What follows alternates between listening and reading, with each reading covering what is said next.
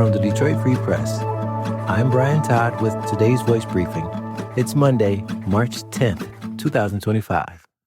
I'm Teresa Baldus with the Detroit Free Press. Jennifer Crumbley's request for a new trial has turned into a major slugfest between her new lawyer and the Oakland County Prosecutor's Office. Crumbley, as you may know, is the convicted mother of the Oxford school shooter. Her case has stirred controversy from the get-go, though the new drama involves her new lawyer's request to have Oakland County Prosecutor Karen McDonald removed from the historic case, alleging, quote, she cannot be trusted. End quote. Meanwhile, the prosecutor's office is calling for sanctions against Crumbley's new lawyer, alleging he has crossed a line. Here's what has both sides fuming. This week, appellate attorney Michael Desi asked a judge to remove McDonald and her office from the case on two grounds. He alleges the prosecution unlawfully withheld evidence from Crumbley, specifically confidential agreements that the prosecution gave two school witnesses who testified against Crumbley. Those witnesses were assured early on that any statements they made to investigators would not be used against them. Desi also alleges the prosecution spent more than $100,000 in taxpayer funds on PR firms to, as he put it, quote, run a smear campaign, end quote, against the Crumbleys. The prosecutor's office shot back with a blistering motion, which called Desi's claims, quote, ludicrous, end quote, and asked the judge to sanction Desi for, as the prosecution put it, filing a meritless claim for an improper purpose. Quote, it is clear that defendant's motion was filed for the purpose of generating headlines, end quote, the prosecution argued in its court filing. As for withholding evidence, the prosecution maintains it was under no legal obligation to turn the agreements over because, it maintains, no immunity was ever granted to the school officials.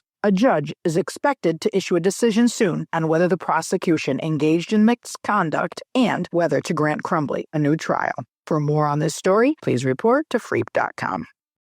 I'm Jenna Prestininsi for the Detroit Free Press. Michiganders could glimpse a red-orange blood moon this week. Friday's full moon will feature a total lunar eclipse. If you're up for moon gazing, head to your nearest dark sky park in the state for a closer look. Be sure to keep an eye on the weather forecasts as clear skies will be key for viewing chances. Look up for the warm moon to peak just before 3 a.m. Friday, March 14th. To learn more, visit freep.com.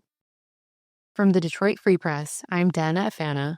A familiar face from Detroit placed his name into the mayoral race. Former Detroit Police Chief James Craig formed a candidate committee to run for mayor in the 2025 election. Craig was appointed police chief by emergency manager Kevin Orr after the city filed for bankruptcy, and he led the department for 8 years. He retired in 2021 to pursue a run for Michigan governor, but state officials knocked him off the ballot after finding that his nominating petition contained fraudulent signatures. He then explored a run for U.S. Senate, but suspended his campaign and acknowledged that he was, instead, eyeing a run for mayor. Craig joins a number of other candidates for the open seat, which Mayor Mike Duggan is leaving to pursue his candidacy in the governor's race.